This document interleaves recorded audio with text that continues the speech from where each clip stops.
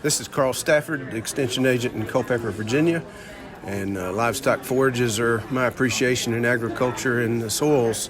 I'm for soil because what it does for that system that I'm so appreciative of, pastures, and you get on into no-till crops as well.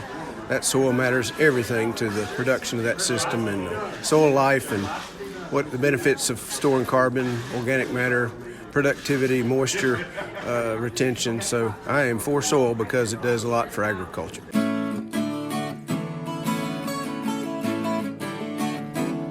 Welcome to another edition of For the Soil, a conversation. I'm your host, Jeff Ishii, and we're going to be doing something a little bit differently this week, and I'm going to explain that in just a moment. But first of all, I wanted to refer everyone to our website, forthesoil.org. And if you click on the blog menu there at the top, you will find just a number of resources available to help you improve your own soil health. Just looking at some of the subjects covered on the blog, we have blog entries on cover crops, on farming, on gardening, urban and suburban yards, community health, growing native plants, and co-benefits of soil health. So just go to the website at forthesoil.org, and right there at the top you'll see the menu bar, and on the far right hand side just click on blog, and I think you'll be surprised, pleasantly surprised we hope, at the number of resources available to you there at the website forthesoil.org. Now let's get to this week's For the Soil podcast.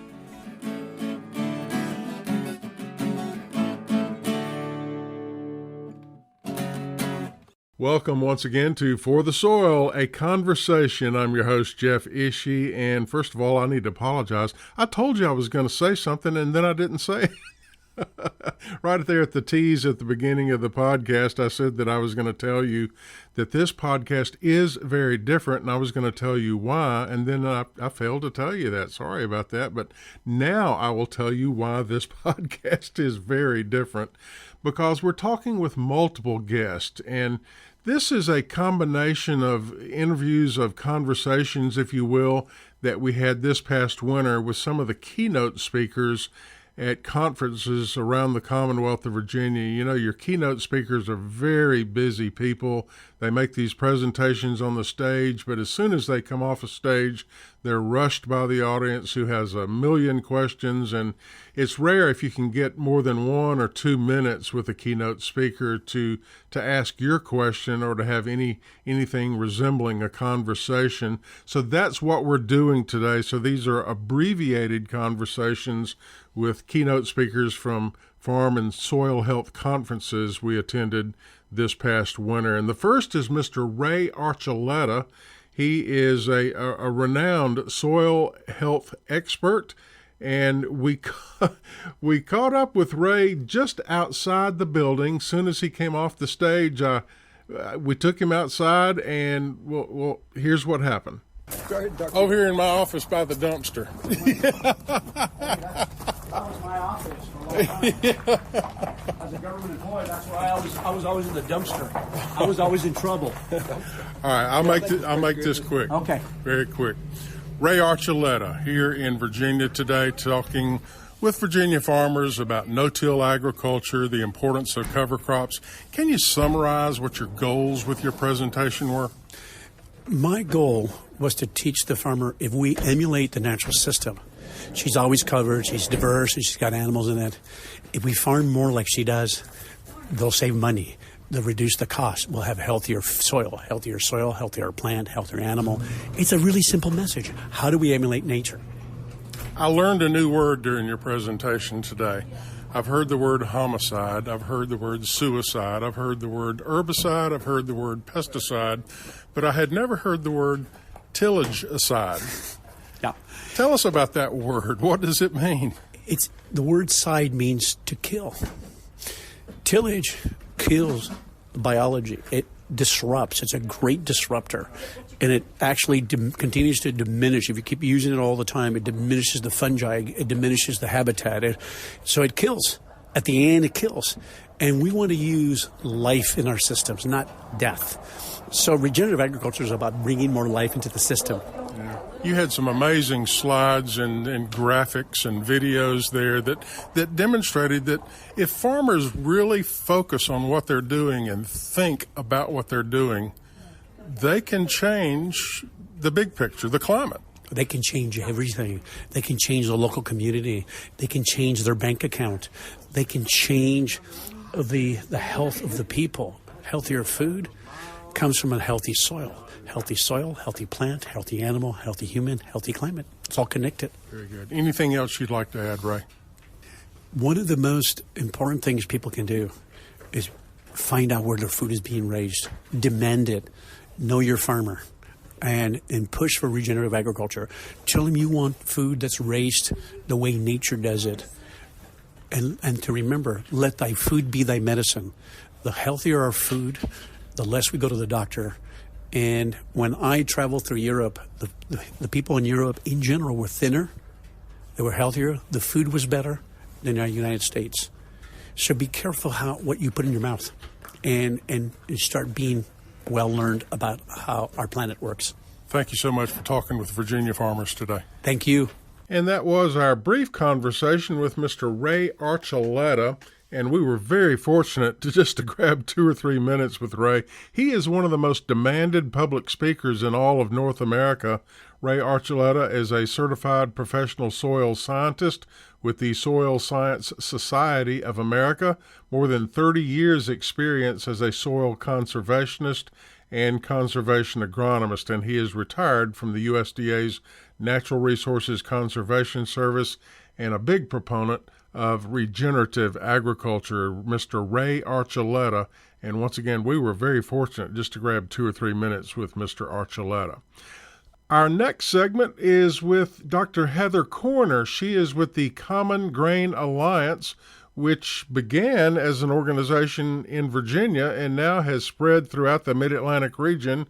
We caught up with Dr. Heather Corner at the Virginia Farm to Table Conference that was held at Weir's Cave in December of 2023.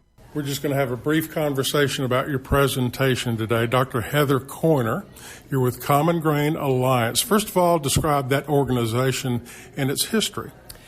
Common Grain Alliance was founded in 2018 by 13 people who are interested in a grain economy where they could actually eat grain that was grown in the Mid-Atlantic. We were farmers and millers, bakers, home bakers, and just interested people, frankly. And we weren't really sure how we were going to do it, but we knew that it was possible as long as we started to get to know each other.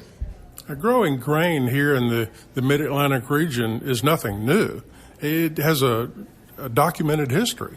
Yes, it certainly does. The Shenandoah Valley was the breadbasket of the Confederacy, and in the 19th century, Virginia grew enough enough wheat to export. So it's certainly evidenced in the infrastructure that is available on the landscape and in the farms that still are farming today. You made a very interesting comment during your presentation about these days, or at least since the 1990s, and the farm-to-table movement has progressed, it's very easy to find locally grown tomatoes, but you can't find locally grown wheat or rye. That's correct. And it's a little bit surprising that such an important food group as grains has been left out of the local food economy, but that's what the Common Grain Alliance is here to fix. And you also talked about soil health quite a bit in your presentation. So talk about that just a little bit, about the relationship between growing grains, specifically small grains, I presume, and soil health. Well, grains are an essential part of the soil health puzzle for any kind of cropping operation, and I would also argue for animal-based operations too, because they're one of the few types of annual crops that can be grown 12 months of the year, keeping the soils covered and protected from erosion and weathering, while adding their own root exudates and carbon-rich straw to the soils. There really isn't another group of annual plants that can do that. Perennials can do that, but perennials don't fit into every farming system, and so that is one of the main pathways we can see people introducing grain to existing operations is for the purpose of improving their soil health, and then if they can manage to harvest it because there is enough infrastructure in the community to support them in the harvesting, cleaning, and marketing of their grain, then they can add an additional enterprise to their farm, which makes their farm more resilient and the rural community more resilient. We're talking today with Dr. Heather Corner with the Common Grain Allowance, and I wanted to talk a little bit about the organization in depth. You have a website. What would people find at that website? At the website, you'll find information about the Common Grain Alliance, about our quarterly meetings, which happen throughout the region. But you'll also find some resources for home bakers. There'll be recipes that help guide you through using local grains that you can get from millers and bakers. You'll find some resources for farmers, which are getting rolled out over the next few months, in which we talk about all the soil health benefits and the ways that you can add grain to a small or mid-sized farm. And you'll also find a map of Common Grain Alliance members where you can look in your region and see who are the bakers, millers, farmers who are actively trying to promote regional grain. And who is growing blue claridge corn? That really got my attention because 25 years ago I used to grow blue claridge corn. And for people who don't know what that is, it is an heirloom variety of corn that has been grown for literally hundreds of years in the Mid-Atlantic region. And I suspect that there's a lot of owners of small chicken flocks that might want something special for their flock of hens. Mm-hmm. So would the Common Grain Alliance be a resource in that regard? Definitely. It's a resource for finding seed, for finding other farmers who are growing crops. If you're curious about blue carriage corn, the Common Grain Alliance can connect you to people who grow it in this region and give you tips on how to do it. Our members are got to where they were, and our organization has gotten to where we are because of sharing of information and resources like that, and we intend to continue to do that. So please reach out. Anything else you'd like to add, either about soil health or about the Common Grain Alliance? I just want to say that growing grain is not easy, but there are pathways to do it where you don't need large investments in land and resources, and that's what we're here to help facilitate. And that was our brief conversation with Dr. Heather Corner, taking place in Weir's Cave, Virginia, at the annual conference of the Virginia Farm to Table Conference. And we certainly enjoyed that conversation with Dr. Heather Corner. If you haven't visited the website of the Common Grain Alliance, it is a very interesting organization of farmers, bakers, millers, and others who are interested in small grains right here in our region. And also invite you to visit their YouTube page. Yes, they have their own YouTube channel.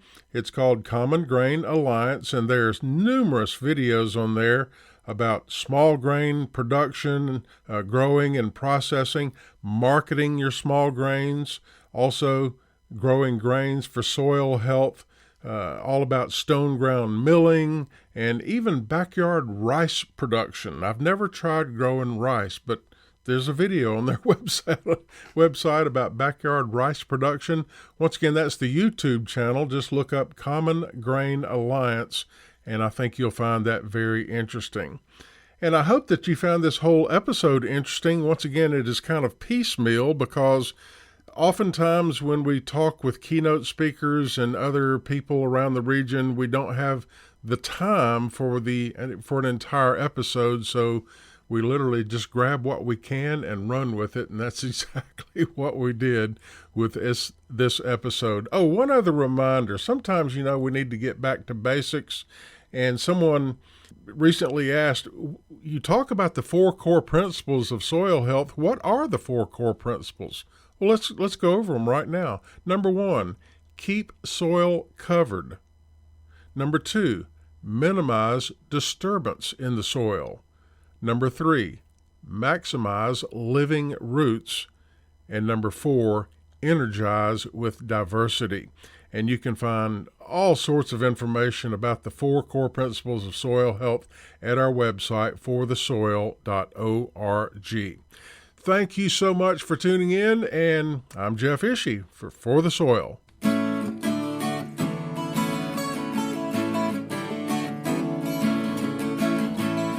For the Soil, a conversation is made possible with funding support from the National Fish and Wildlife Foundation and the Agua Fund.